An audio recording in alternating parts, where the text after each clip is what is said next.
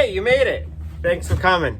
I hope you're all doing great this week. We're going to start a new job building an 8x10 shed for a job I got on my own. So I need you guys to help me with it. But before we do that, I was just going around getting some stuff ready in my job site trailer, and I figured this is a good opportunity to see what tools you guys have remembered. So we're just going to go over a couple things, like, could someone tell me what this is? All right.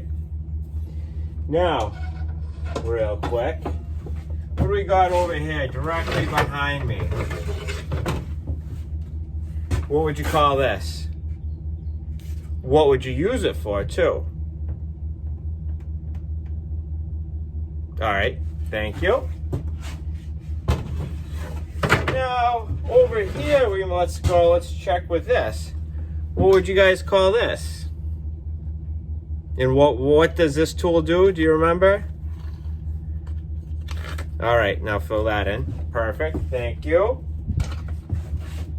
Now, this is a very popular tool. And remember, it's very dangerous, so you always want to be careful with it.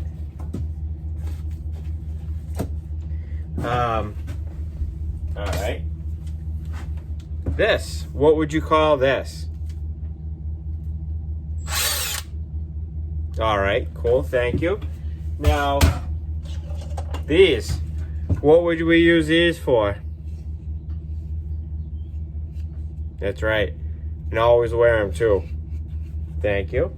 Now, a lot of you got to use this before we left school. It makes a detailed, it can make a detailed edge on a piece of a wood. It can, we can use it for mortising out hinges. So go ahead, write that in there, what that is. Awesome, thank you.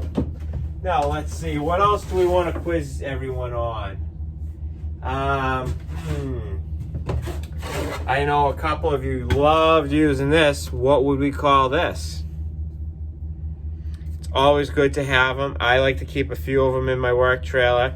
I have my work trailer set up, so I pretty much have everything. When I go to a job site, I have everything I need in it. It's pretty much like a mobile shop on wheels. So here's another one. A lot of you became really good at using this. What was this called? And what does it do? All right, go ahead, write that in. Perfect. What else do we want to see? I know, we got a good one right here. I always keep one of these in my tool belt. You've all used them. You use them with hammers. All right, go ahead, write that one down, and we'll do a couple more. What is this? What do we use this for? Again, I always like to keep this in my tool belt. Just a good, handy tool to always have on you. Let's see, what else can we show you? So, let's see if we can find one. Oh, what is this called? We might use them for demolition. So you might use it for prying something, ripping something down. Go ahead, write that one in. Thank you. And we will do,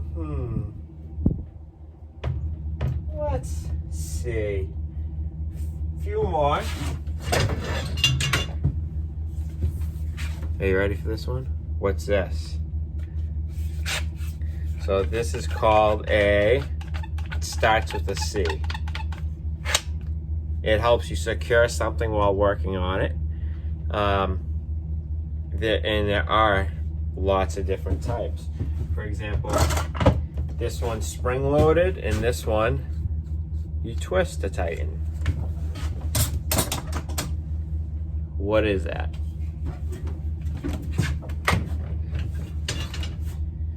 All right, we will give you one more. Let's see. What do we got here? I know. So, this, you were all trained on this. What is it called? This one's battery operated. We do have corded ones. It's typically called a Sawzall, but what is the correct term for it? Go ahead and write that down. So, okay, thanks for going over that with me. So, I just wanted to kind of show you some of the tools I have in my work trailer. I'm starting a new job this week, a new project. So before I leave to do that, I like to go over everything, make sure I have everything on hand. So there's nothing worse than being on a job site and not being prepared. So I like to clean everything out, go over everything. You know, I like to keep, I have lots and lots of nail guns all lined up. I always make sure I have the right nails, drills, fasteners, screws. Because if you have to leave a job site and you're unprepared, it's going to cost you money. So I always like to have plenty of things so I don't have to leave. I like to keep drop cloths on hand, tarps, a drop cloth. Maybe you're working in someone's house and they have a nice finished floor, so you don't want to get dust on it. You want to put that drop cloth out. A tarp, maybe I'm making a mess outside, and rather than having to rake up someone's sawdust off someone's lawn, I can spread the tarp out. Or maybe it's going to rain and you're working on something and you don't want to get it wet. So it's good to have that in an emergency. I got my, what's this called? Miter saw. Got my miter saw. I got a portable stand for it in our shop. It's a permanent stand. I like to keep extra joist hangers on hand in case you ever need them. My table saw, air compressor, and then I have another miter saw too. All my drills. You want to keep everything neat and organized. If you're working in a mess all the time, it's just going to end up costing you production and money in the long run. So we're going to head out to our job site in a second. So I'll see you in a minute. So we're off to our job site. We're going to head over there now. So I'll see you when we get there.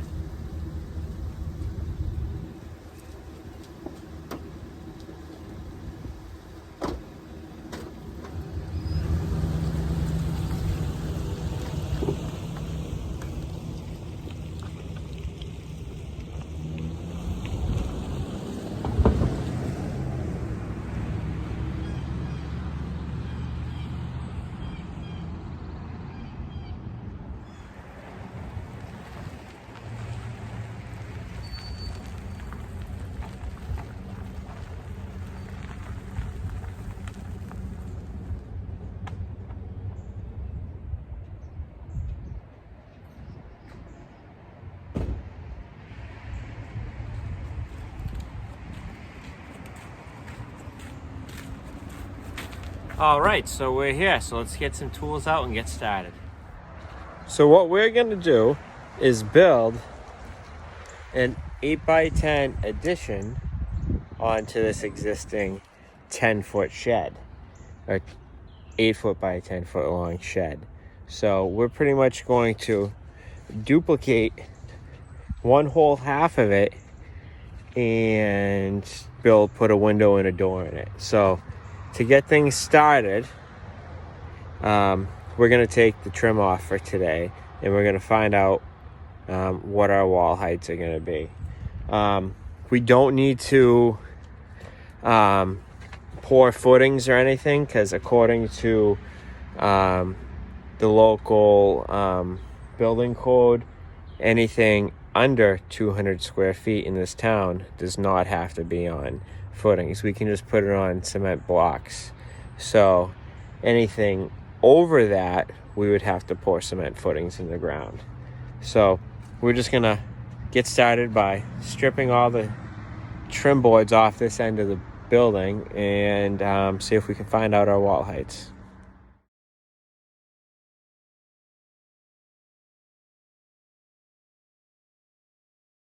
All right, so real quick, we're here. We took our pieces off. Now I just want to show you something. Perfect opportunity to show you this. I stripped my boards off. Now I'm left with boards that have nails sticking through them. So you don't want to be careless and just throw them on the ground and be left with them like that. Nails sticking up. That's just a recipe for disaster. Anytime you strip something like that off, you want to, one, either fold the nails over, two, maybe bang the nails right through, or three, maybe you have a dumpster, throw it right in the dumpster. You do not want to ever leave that laying around for someone to step on. It's just has bad news written all over it. So make sure you fold those nails over, bang them through and pull them out. All right, so we're back for some more carpentry fun with Mr. Chester.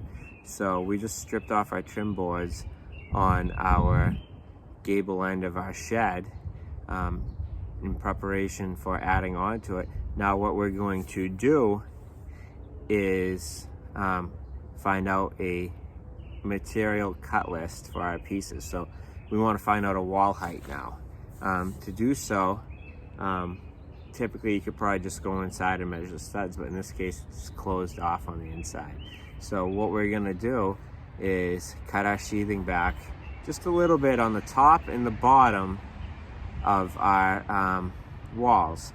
This way it'll expose the studs, and it's not really a big deal because our new studs are gonna go right over this, so it'll cut up anything we cut out, it'll cover it up.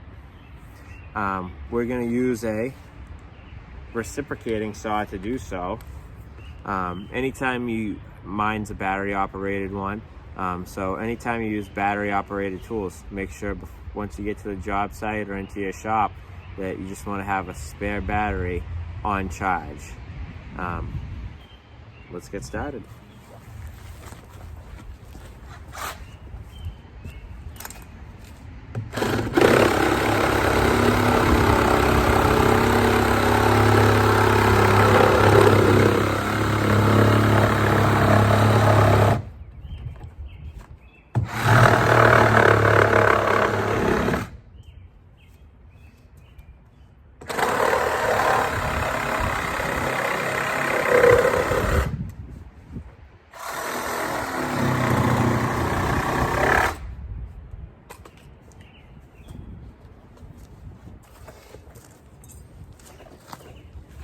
Anytime you're working with power tools outside, especially like today, it's a wet, damp day, I like to make sure I put my tools down on a clean surface. So if you're working around the dirt, maybe just put it on an extra piece of wood or a scrap piece of wood just to keep your tools in good condition.